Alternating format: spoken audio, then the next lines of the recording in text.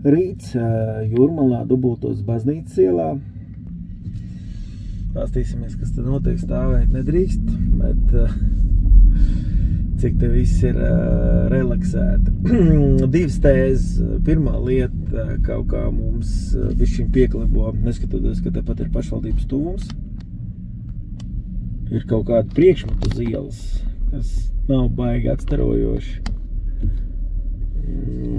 Tas negadījums īstenībā diezgan nopietnas sekas var būt šai te Čebureku vietai, jo var iesūdzēt tiesā par svešķermeņiem uz koplietošanas ceļiem. Bet galvenā ideja jāsāk ir domāt par to, ka Jūrmalā arī tāpat kā Kurzemes piekrastē liek zīmes, kur nedrīkst turēt kemperus, ja, tātad P stāvvieta.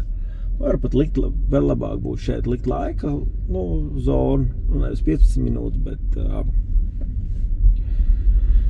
teiksim, diennakti, 24 stundas vai 14, jo parādās arvien vairāk kemperi. Jūras tūms ir liels, arī, kur mēs varam redzēt.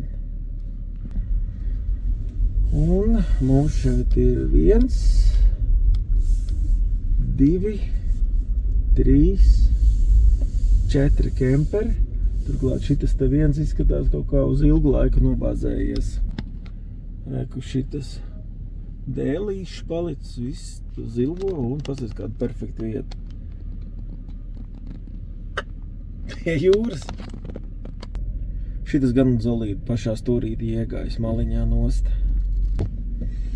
Te, teiksim, pie Dubultu stacijas te varbūt var ļaut, jā. Kemperīši, kur stāv. Liels laukums, stāvvietas daudz.